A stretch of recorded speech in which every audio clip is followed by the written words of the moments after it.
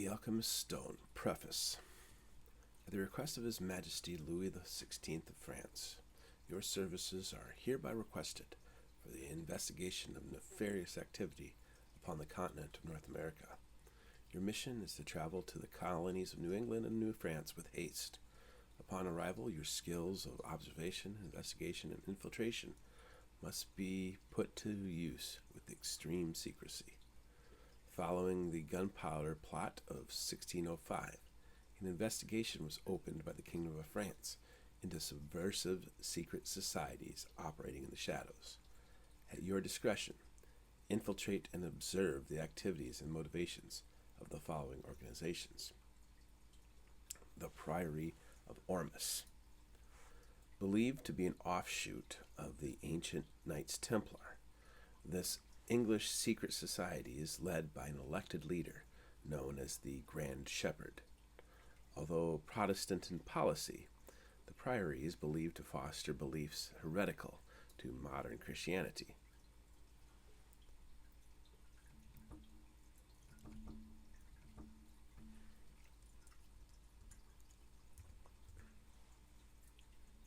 Their motivations are often hidden in alchemy and scientific symbolism, with the legend of the Philosopher's Stone found at the heart of their correspondence. The Society of Jesus.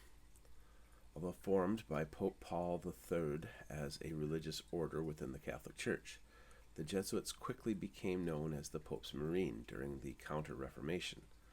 Their involvement in the gunpowder plot of 1605, which intended to blow up the English Parliament, overshadowed a simultaneous attack on the Priory of Ormus.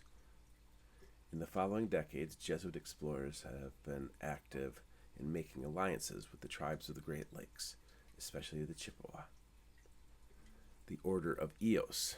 The Men of the Dawn, as they are known, are several ancient European families who also claim to be descended from the Knights Templar. The prominent aristocratic families are Scottish, Portuguese, and French. Although most of the families remain in ancestral lands, several have taken root in the American colonies. They claim Catholic beliefs and support from the Sulpician order in Montreal, but investigations have uncovered a belief system rooted in pagan Norse mythology, Norse tradition. They also have been actively seeking access into the heart of the North American continent. The Periphery. Although a Christian secret society, they operate outside the Catholic Church and in the shadows of society. Little is known about its structure or motivations, but its agents have been active in establishing a network in the New World. The New World. Alliances with the native tribes have brought the continent into the brink of war. In the east, the Iroquois have long been allies with England and dominate all others in war. But in the Great Lakes, the burgeoning Chippewa nation is being courted by the Jesuits and the French. The greatest roadblock to continued expansion is an even larger nation referred to as the Snakes by their enemy, or more commonly, Sioux. Little is known about the new culture except that it stands in the way of controlling the upper Mississippi River system. The Mission. Upon arrival in the New World, report on any activities and ascertain their motivations. Eliminate any threats to the prosperity of the Kingdom of France.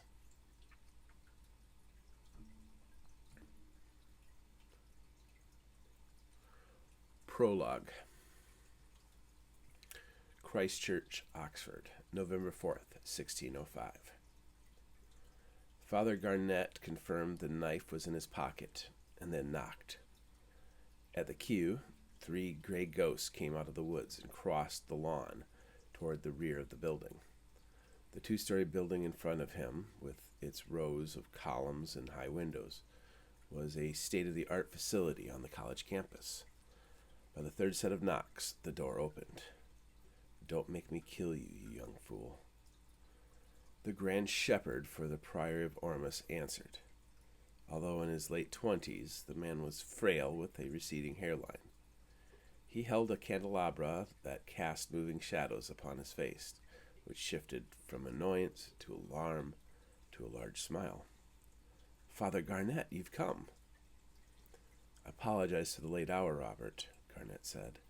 "I intended to be here this afternoon, but now I am caught in the cold with no shelter for the night."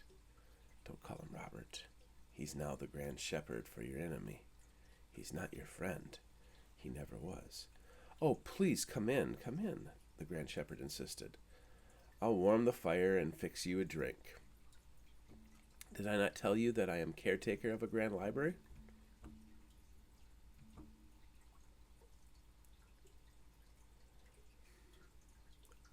"If you knew what you guarded, you'd protect it better than this." Father Garnett played his role of mentor truthfully as he sat in the plush chair beside the warm fire. He'd liked the young man the first time they met. Although darkened, the library watch matched the written descriptions given by its caretaker. "When did you return to England?" the Grand Shepherd asked as he handed him a warm cup of tea. "I left the monastery several weeks ago," he answered honestly, and then pointedly, "I'm on special assignment." The Grand Shepherd grinned. "Oh, how exciting. Oh, how I miss the Pyrenees. This majestic library is filled with mostly academia, but in the Pyrenees, the air itself seemed to whisper ancient mystical truth." Should I be direct with him? This idiot might just offer it up. Father Garnett took a sip of tea. "When I heard my talents were needed in jolly old England, my heart leapt at the chance to visit you here at Oxford. I'd very much like to see your alchemical collection." "How about now?" The Grand Shepherd spilled a little as he quickly set down his teacup and saucer. "I know it's late, but how could I deny such a request when your friends were so generous with my particular requests?" "We should wait until morning," Garnett offered. In planning, he'd always hoped Robert would be left unharmed. Now he realized the fool might save himself. "It's quite fascinating. Let me show you." At his neck, the Grand Shepherd procured a ring with almost 100 small keys. "Take one of the lanterns. It's locked away in a secret vault upstairs. Isn't it a shame that we must hide knowledge with such extreme measures? It is required to know who researches what and when. I suppose the system of locking away texts from the public allows the university to keep its most valuable old texts without worry of them being viewed by the wrong set of eyes. And they don't mind you storing your private collection? Oh, remember, it's not really my collection. I'm simply a steward, and the vault upstairs is only a temporary home while I do my private studies, leaving it ripe for the taking. And how are your public studies coming along? The secrets of alchemy are lost on most of my colleagues studying medicine, but I tolerate their narrow view of science," he said as they reached the second level. All around them was a series of wooden booths, most with barred glass windows with a black bar locking the collection shut. The young man pushed past all of them to a large metal doorway at the end of the walk. "Impressive, isn't it?" "It certainly is," Father Garnett answered. The keys created a small symphony of percussion as his former friend sorted out the ring, coming away with a solitary key which he held aloft to Garnett. "What a lucky man I am to be blessed with such a burden. Yet my curse is that I have all these secrets and no one to share them with. It is so wonderful that you came to visit." Garnett could only smile and nod, his conscience heavy under the purpose of his mission. Should I kill the sprout before he takes root? The lock turned, the bolts withdrew, and the heavy hinges upon the vault groaned. Just as Robert had bragged a few years ago in the Pyrenees, a collection of trunks came along with a commission. A genius intellect with a fool's mind. Garnett held steady, calming himself. Unbelievable. Simply unbelievable. How long did it take for you to even sort out so much information? I almost lost my mind after a month, the Grand Shepherd chuckled. Just before I left the monastery, I met a man who had returned from the New World, and it ignited my curiosity for the land. Did you say you have a collection of maps? Might one of them be of America? Ah, yes, you speak of the mysterious Abbaron Map. Can you imagine a place where the water flows in all directions? Do you really suppose they found Eden itself upon this lost continent? Or the Well of Erd, Garnet teased. Yes, it is important to keep an open mind about such legends, isn't it? The ornate chests were latched but unlocked, and also just sat upon the floor of the vault. I should just kill him and spare him the torture. The Priory of Ormus will certainly depose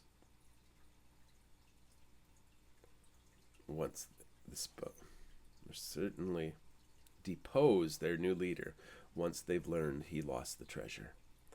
The young scholar stood up with a metallic map tube in his possession and a broad smile on his face, which slowly vanished. Garnet heard the pistol cock and turned towards it. The three gray ghosts, still cloaked, stood in the doorway of the vault. There is no need to harm him. He's just given us what we came for. The icy eyes of three killers did not blink for a few heartbeats, and then one nodded. I will need that back. Garnet extended his hand.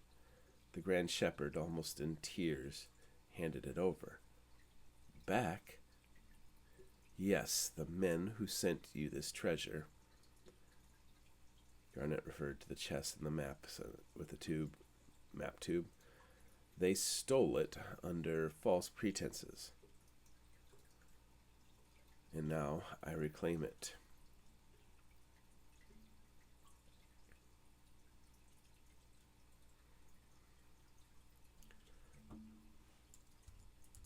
For the friendship we shared, listen to me carefully. Do not let the Priory know what we have taken back, or else you will wish I'd let these men kill you tonight. Become a doctor, continue your studies of alchemy, but do not let them know what you've done. Tears welled in the young man's eyes. He shook his head, pleading.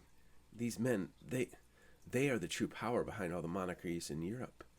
All I need to do is snap my fingers and they'll hunt you down like dogs. For the false friendship I believed we shared, just give the map back to me and walk away. Father Garnet shrugged. Your priory has indeed taken roots in the past few centuries, but come tomorrow, you will see the true power restored here in England. True power? What does that mean? Before you say anything to anybody, wait until you see what happens tomorrow. You might even see it all the way out here in Oxford. The true light of God will return in England tomorrow, and for years the world will remember the 5th of November. Garnet turned, leaving his confused young enemy in his secret vault of alchemy. I have done my part, Garnet told himself as he whisked away by his ghostly companions. Now Fawkes must do his part, and by the time the dust settles in England, this map will be safely across the Atlantic. Chapter 1. Chicago, May 1675. Pierre-Charles Le Sueur leaned upon his axe as he watched the small sailing vessel approach. The 18-year-old stood as still as the red maples around him, as the white sail brought the intruder from the east closer and closer. He's following the shore from the north. He's searching for us. The sailing vessel was not much bigger than the large canoe that had brought him from Mackinac Island to Chicago 2 years earlier. Le Sueur glanced down at the banks of the Chicago River to confirm his canoe was still hidden from view. Several of the Miami Indian children ran down to the mouth of the Chicago River, forcing him to make a quick decision: friendship or flight. 24 logs rested on the ground, the only evidence of Fort Le Sueur besides his small tent. He lifted the axe onto his shoulder and walked down the ridge to meet the stranger.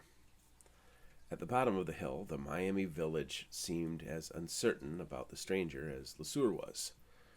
The women talked in packs, the men readied weapons, while the children bravely advanced to scout intentions. "A friend of yours?" a Miami elder asked him.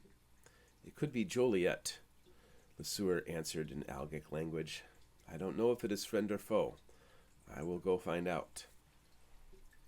The vessel did not belong to Louis Joliet, and when its nose slid onto the shore, Le Sueur breathed a sigh of relief when he saw its passenger was a black-robed Jesuit.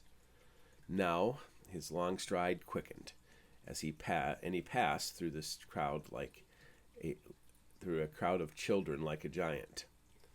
Even at 18, Le Sueur was taller than most grown men, standing several inches past 6 feet, though rail thin. The Jesuit stretched upon the shore while his escort lowered the sail. He held his hand to his brow for a better look at Le Sueur. "Is this the Illinois River?" "French, another sign of friendship." Le Sueur turned and pointed to the west. "The Illinois is a 10-mile portage beyond the westernmost banks of the Chicago River. There is a land divide separating the watersheds." "I am looking for Father Jacques Marquette," the stranger said. "Do you know him?" How does he even know to look for Marquette here? Only Joliet would know that. "Have you come from the post at Sault Ste. Marie?" The stranger looked past the boat and said something softly. The man in the boat looked up. "If it isn't Beanpole, look how you've grown." The guide was a fur trader by the name of Hubert, a foul drunkard and a cheat, which explained why he'd been hired for transportation rather than earning money by trapping. "He knows Marquette and Joliet. He's the boy with all the words, aren't you, Beanpole?" Le Sueur ignored him. "Did you meet Joliet?" "Yes, in fact, we met Joliet at a place called the Straits. He was on his way back to Montreal." The story lined up with the timeline. "So do you know where I can find Father Marquette?" the Jesuit pressed. "I have important correspondence with him. I was sent into the wilderness to deliver it to him." "Yes," Le Sueur said softly. "Excellent." The Jesuit clasped his hands together and then turned to Hubert. "We'll have lunch with your friend Beanpole and discuss matters." Le Sueur almost walked away after hearing the suggestion that Hubert was his friend, but he showed restraint for his two guests. After a few moments, the Jesuit made his offer. "How about you escort us to Father Marquette?" "I can't. He gave me strict orders to stay here." Le Sueur looked at the Miami village. "Learn their language," Father Marquette had told him, "and build an outpost to shelter those who follow us." "I could draw you a map if you'd like." The Jesuit was disappointed, but nodded. "I thought we would sail off the face of the earth. Who could have imagined the frontier to be so expansive? But I was promised that if I simply continued paddling upstream from Montreal, that I would eventually find Father Marquette. Praise be to God, I've done it." "You've recently been to Montreal? What news?" The Jesuit smiled and shared the news of the world. Over the winter, France had defeated Austria at the Battle of Turckheim, and closer to home, tensions were rising in the English colonies between the Americans and the Wampanoags. New authority has been given to the trappers to bypass royal officials and deal directly with the savages in the fur trade, the Jesuit answered. "Governor Frontenac finally removed his head from his ass," Hubert said. "I might want to make friends with these local savages while I'm here. Lesueur didn't understand anything about politics, nor did he care. What about the battles between the tribes? What of that? There is always conflict between the tribes. The Jesuit opened his eyebrows wide. So much blood and tension, and greed. I worry that your peaceful outpost here on Lake Michigan might soon be overrun by brutes looking to make money. The world is changing, Beanpole, and I fear not for the better. He doesn't know my name, nor does the vile Hubert. The Jesuit talked like a priest and acted like a priest, but something about him seemed different. First, he was just a few years older than Lesueur, perhaps just 20. The young priest also had no fingernails, just pink stubs. And when the Jesuit spoke, Lesueur could see a small wire connecting 3 ivory teeth to his remaining teeth along the top row. Has this man been tortured? Despite little news on the wars between the Iroquois, Huron, and other tribes, Lesueur still listened over lunch to the news brought to him. So tell me more about this great discovery made by yourself and Joliet.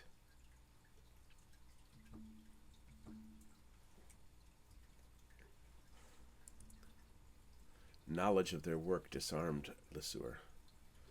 We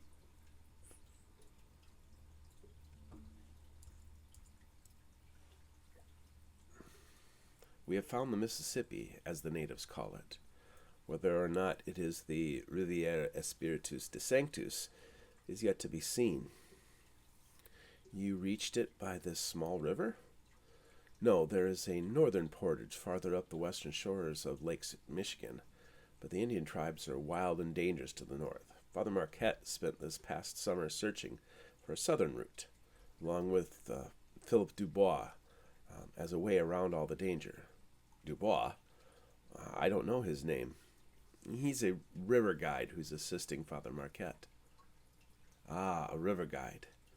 Well, this is a great discovery. Men have been trying to rediscover the Riviera Spiritus de Sanctus for many years, but Marquette has done it.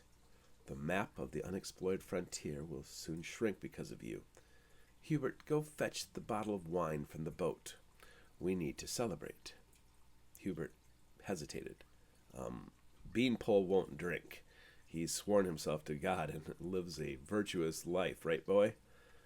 Lesueur lowered his head in shame. His vows were often teased by men like Hubert for the past few years. Ah, a Nazarite. Fortunately, I have taken no such vows, the Jesuit shrugged. I'll save it for Father Marquette. Chapter 2. Le Rocher, 1675.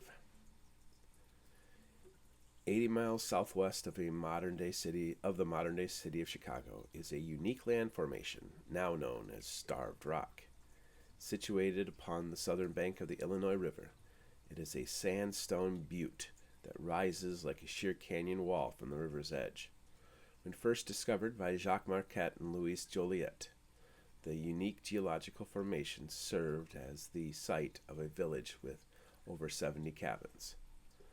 During the spring of 1675, Marquette transformed the Grand Village into the first Jesuit mission, which he called Le Roc or Le Rocher. With the only defensible structure 1,000 miles away in Montreal, Marquette's new mission not only served as a mission, but also a stronghold, similar to Masada in Israel or Montsegur in the Pyrenees. Allied Indian tribes or French traders would often rally to Le Rocher to find safety. Or so Father Jacques Marquette once dreamed.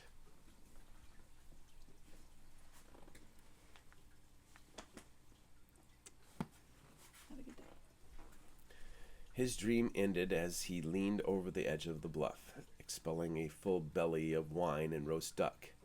Wiping the bile from his chin, he felt the breath of death upon the back of his neck. Have I been poisoned? The previous evening had been so jovial that it seemed incomprehensible. Song, dancing, feasting, and a prayer filled the night as his blossoming community celebrated the arrival of a fellow Jesuit and a former companion from distant Sault Ste. Marie. The wine! Marquette quietly crawled back to his tent. There had been something in the man's smile, aside from the wire, that chilled him, and now the answer came to him too late. Dressed in allied clothing, with a familiar face at his side, the visiting Jesuit said all the right things to gain his trust. As one of God's Marines, Marquette understood hardship, so the visitor's extracted fingernails and broken teeth did not alarm him. Now, a darker thought crept into his mind. Unless Jesuits inflicted those wounds upon him. At his tent, Marquette crawled over to Hubert's cot.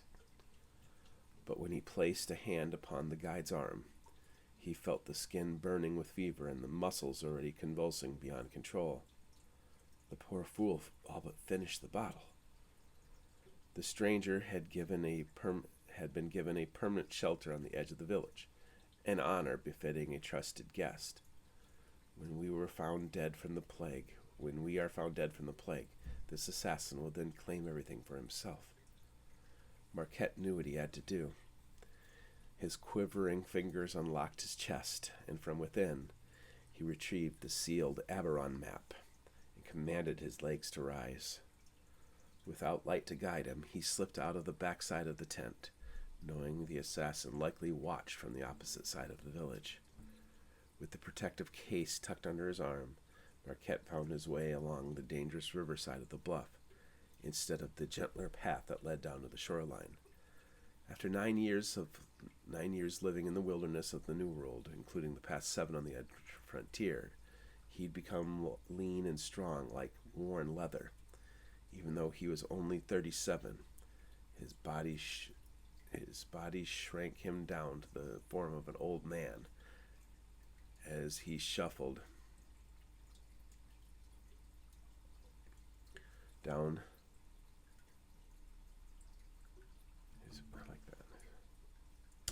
his body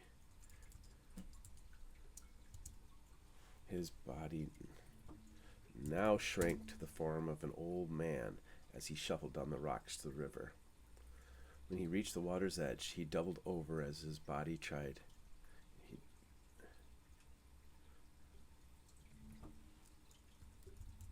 As his stomach tried to heave up the remaining poison, but what was left already coursed through his veins. He set the map inside the smallest canoe he could find and placed his hands on the gunwales to steady his swaying body, then said a prayer of forgiveness for the theft of the canoe. South to Dubois or north to Le Sueur. He pushed the canoe into the current and began to paddle with all of his might upstream, north. He knew his way back to Le Sueur as well as he knew the description of the Abbaron Map. And now God has seen fit to crush my wicked plans, Marquette decided as he paddled through the dizziness and nausea and into the dark light.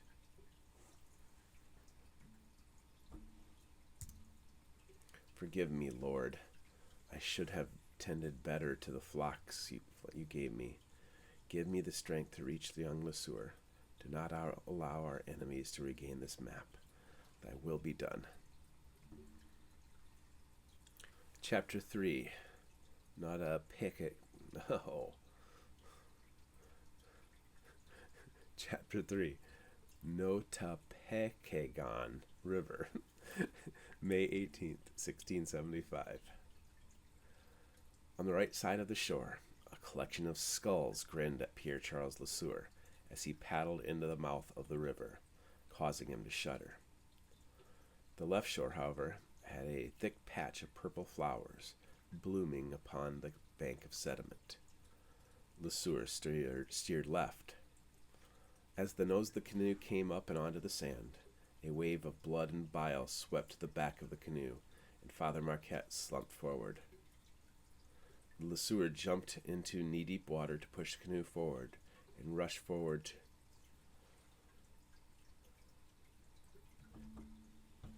and rushed and hurried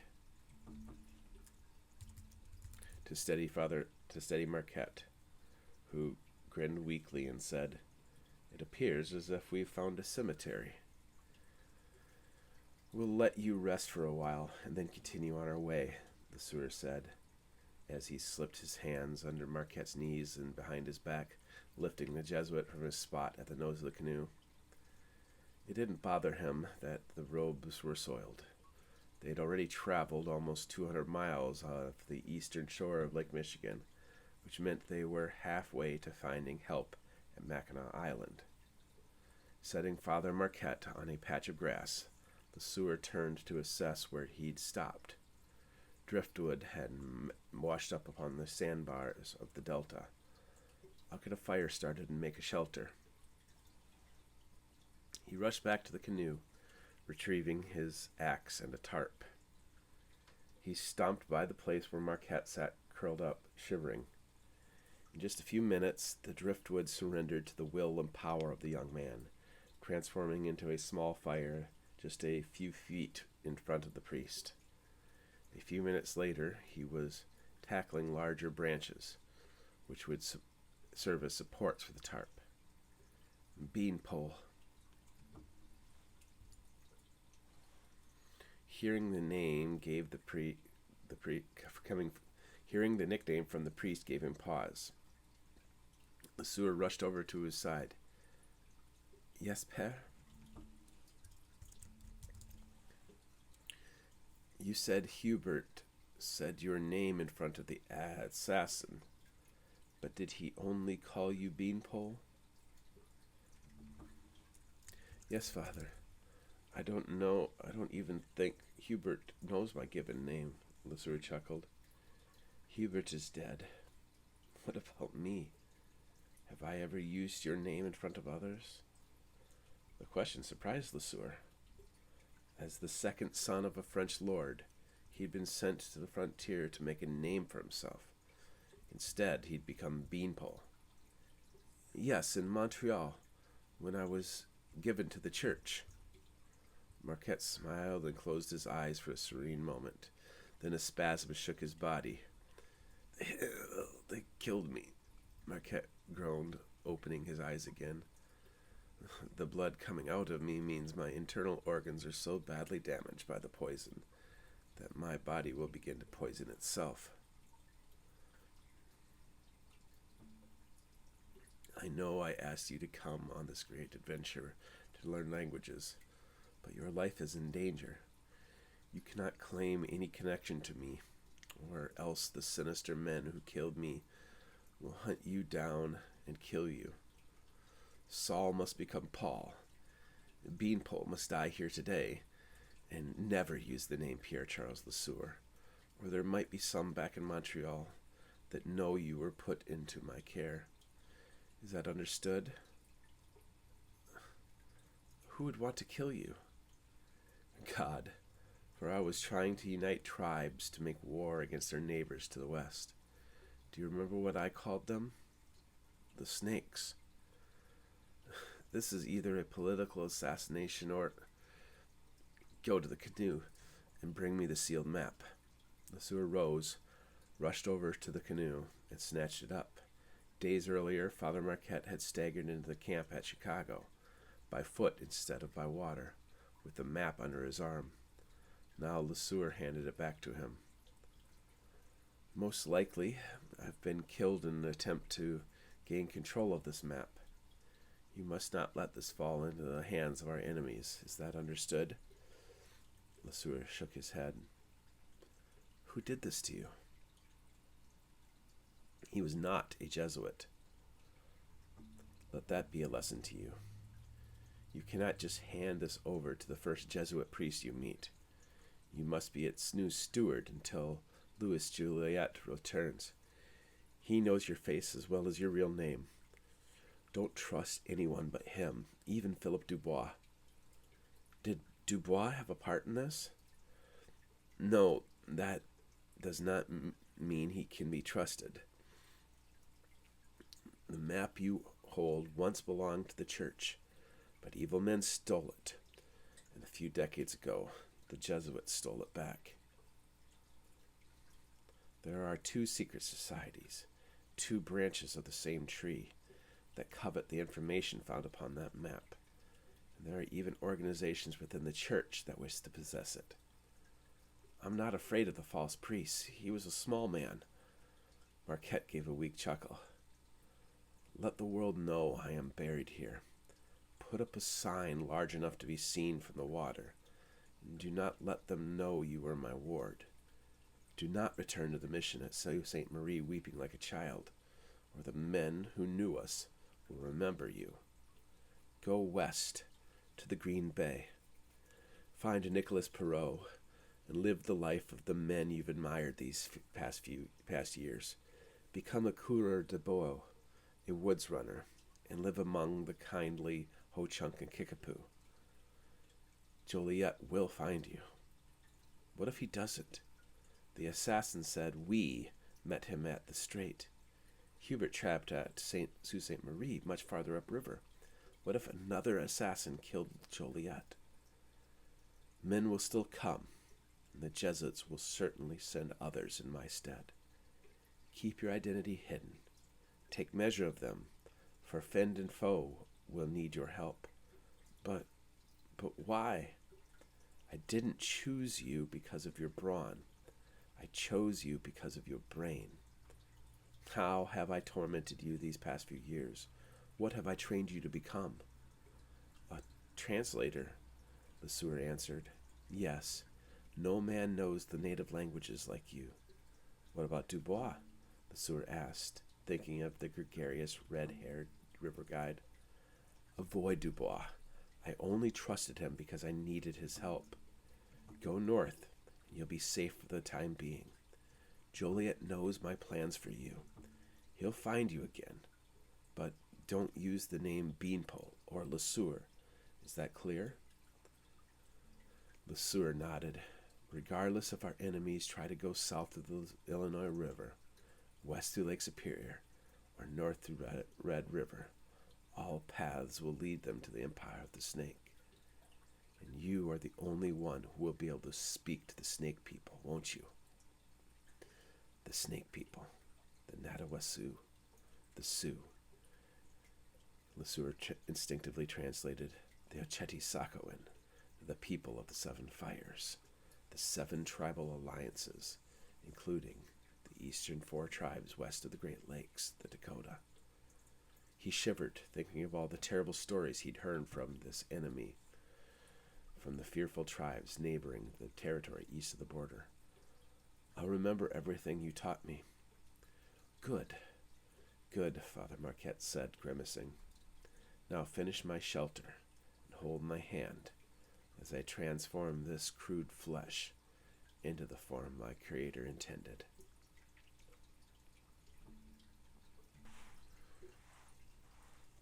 Chapter 4, Montreal, Canada.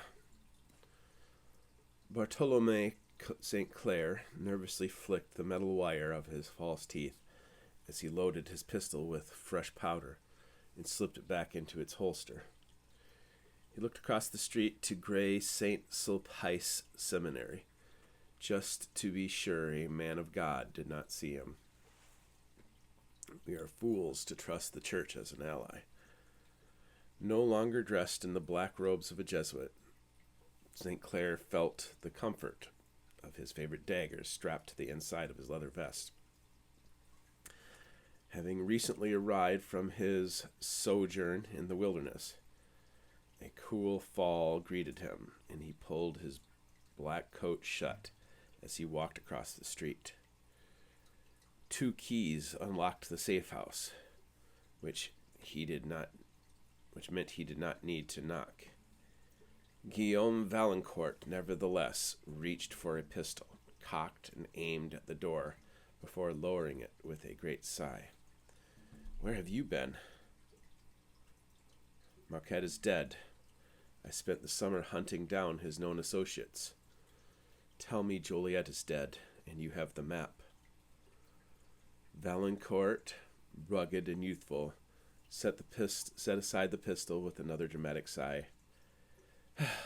Come, sit. Let me prepare some refreshments for you. If you've only just arrived from the frontier, you must be exhausted. He is stalling so he can find the nerve to tell me.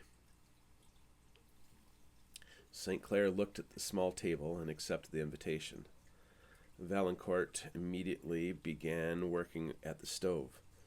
With his back turned, began his story. They're all dead. I almost died myself, in fact. All? Louis Joliet, his hired voyagers, even the Indian chief's son, all of them.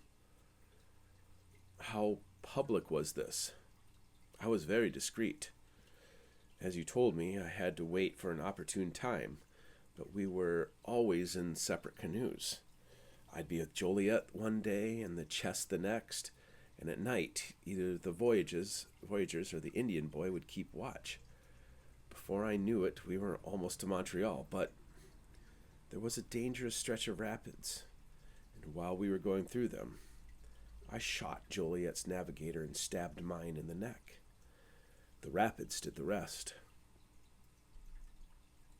He's hiding something.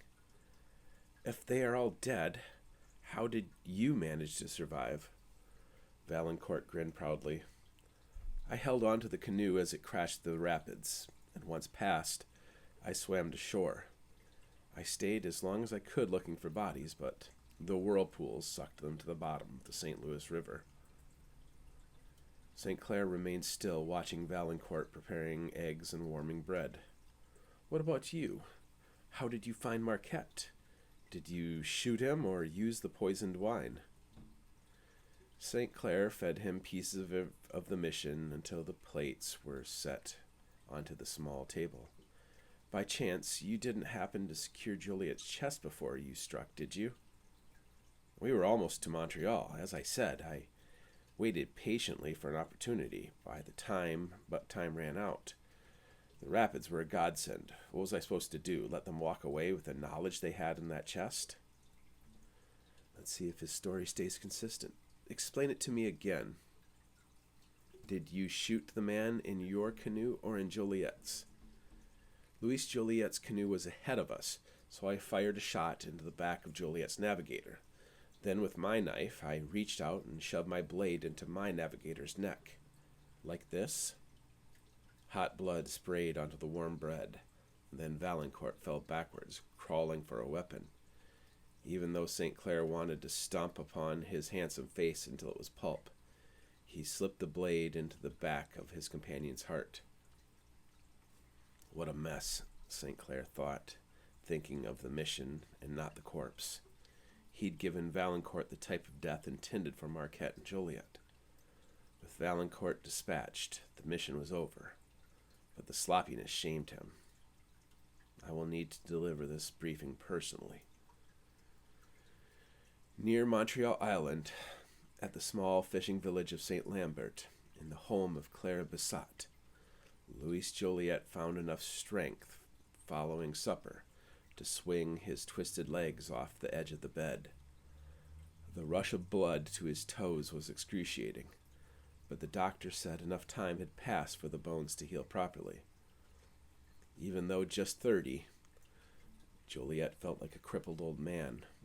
The spots in his eyes disappeared as he found balance in the pain. After months of being bedridden, it took all of his strength just to stay seated. What are you doing? Claire asked, peeking into the bedroom. If I am ever to walk again, I must start putting some weight upon these twigs of mine, mi amor. I've only just nursed you back to health, back to life. Now stay put before you fall and do more damage. Let me go fetch my brothers and father. They can help keep you balanced. Agreed, Joliet said with a wink. If I am ever to marry her, I must first be able to walk. Moments later, the brothers who fished him out of the rapids months earlier walked into the room. I think I am ready to learn how to walk again. Are you? At least you have enough sense not to roll out of bed. We'll pick you up by your armpits and let you extend your legs. Joliet nodded. I've been flexing my legs in bed, trying to wake them up. Let's see if they are ready. Both legs had been shattered by rocks as his body crashed in the currents, yet somehow his arms managed to wrap around a rock before he lost consciousness. First, try not to pass out. Then, find strength to take a step. Once I can do that, then I'll find out who did this to me and what happened to Father Marquette. Chapter 5, Madeira Island, 1676. Marco Alvarez watched from the balcony of his mansion as the trading vessels came and went on their way to the various continents. Many came from the north, and European goods would be traded for fresh water and supplies. Others would come out of the Mediterranean, using the island as a neutral port. Ships from Africa would come all the way around the Cape, but would stop at Madeira before pushing off for home. And in recent years, ships came from America, using the trade winds and oceanic currents to make the small island 500 miles southwest of Gibraltar a vital cog in both trade and information. I am the spider at the center of the web. A ship from America had arrived a few hours earlier.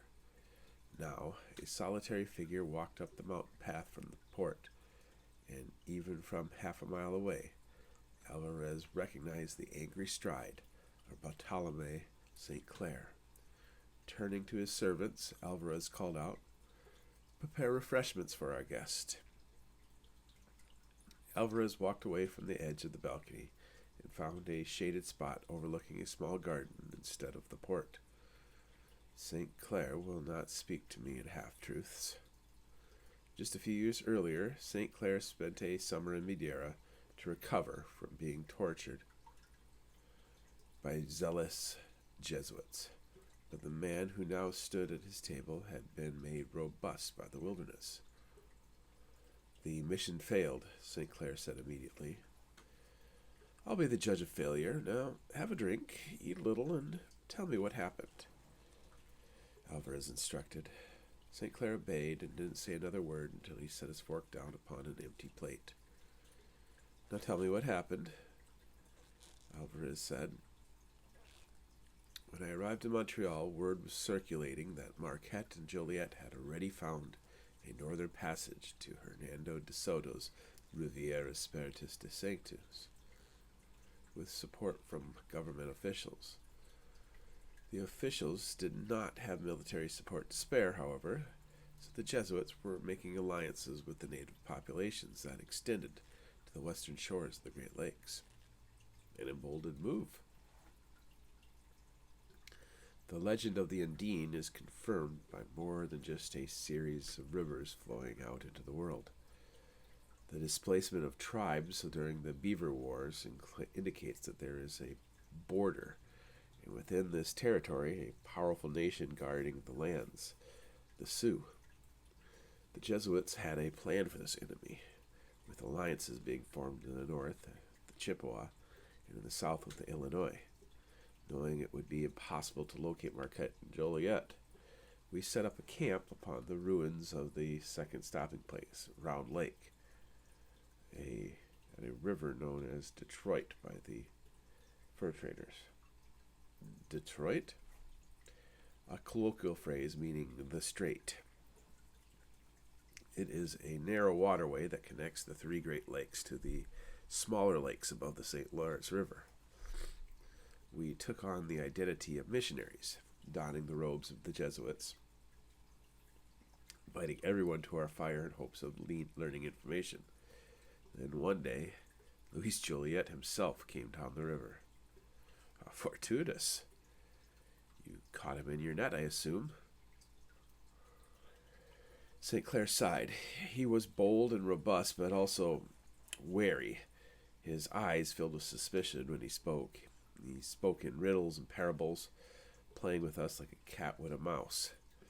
Although he had 3 companions and an Indian slave with him, Father Marquette was still on the frontier, so we separated.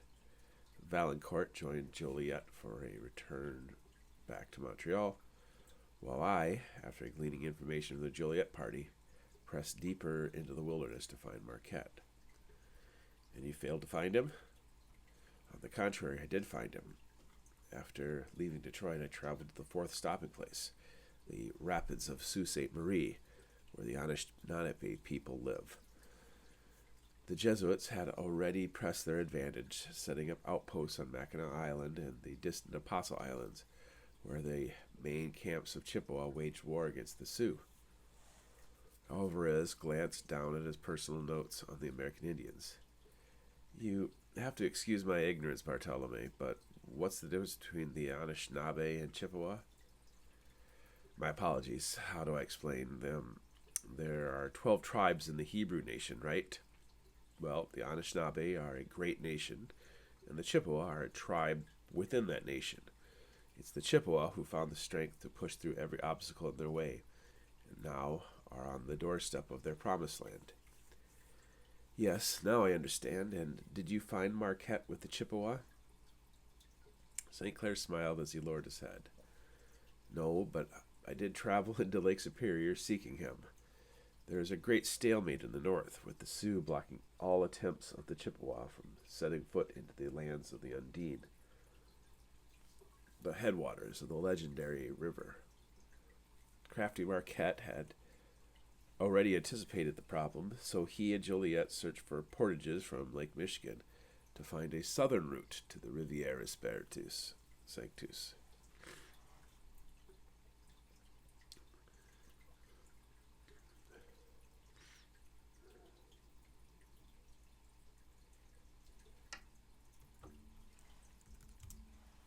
He's going to flank them.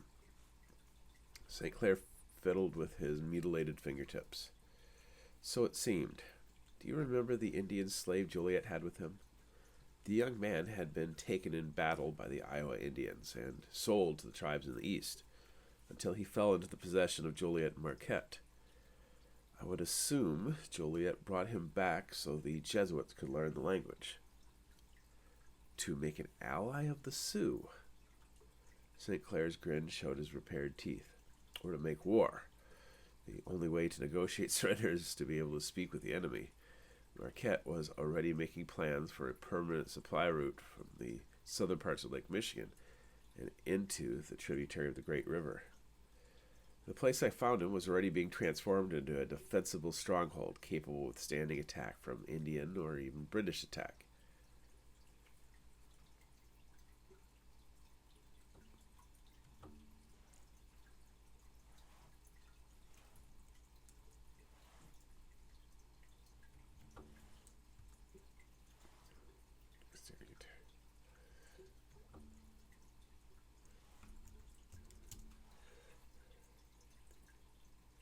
Under the guise of friendship, I poisoned Father Marquette and his companion. Did you find the map? The grin vanished. Despite being poisoned, Marquette fled during the night. He attempted to return to civilization but died along the way, with the cause attributed to dysentery. The local Potawatomi Indians showed me the grave, and since he'd only been in the ground a few days, I was able to confirm it was Father Marquette. The young man who most likely buried him, a boy named Beanpole, vanished into the wilderness. I looked for him at Mackinac and Sault Ste. Marie, but to no avail. A loose end. Undoubtedly just a commoner snatched up by the priest. Alvarez looked around the room as he pressed the information. The Jesuits are our enemy. Father Marquette obviously used the stolen Abbaron Map to plan his strategies. I don't understand how his death is a failure. When I returned to Montreal, I learned the extent of our failure. After we parted ways, Valancourt remained with Joliet, gleaning information as a trusted traveling companion, but also studying the habits of our foe. Joliet had a chest, and in the chest he had written material as well as maps. The Abbaron Map? St. Clair's face darkened. Valancourt could not confirm this, and despite his best efforts, he could not find an opportunity to either kill them or steal them. But as they neared Montreal, he grew desperate, and in the rapids of Lachine, Valancourt struck. The map is lost to the river. He's worried about the map. Good riddance to the map. For too long, it sat in the vaults of the Priory of Ormus, a threat to everything we planned. Now, within the span of a few decades, the Jesuits stole it away and effectively destroyed it. How's that a failure? You sent me to obtain it, and I failed. Ptolemy, I appreciate your efforts to restore your tarnished name, but you are not your forefathers, and your mission not only provided some wonderful information for me and the entire Order of Eos, but you've done us a great service by eliminating the rival map. If it's in the bottom of the St. Louis River, we hold the only map to the lost relics, don't we? It is time for you to return home, your place in honor restored. With all due respect, I'd like to return to New France to serve the Order of Eos, however it suits them,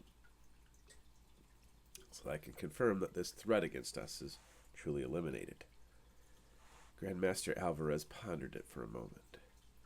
Father Marquette had an ingenious strategy for defeating the Sioux. If the Jesuit threat has been eliminated, perhaps we could use the same strategy. Go back to New France. Make arrangements to foster relations for the Chippewa in the north and the Illinois in the south. Once you've established men who can be trusted with our new strategy, you'll be allowed to hunt down any threats to the Order of Eos.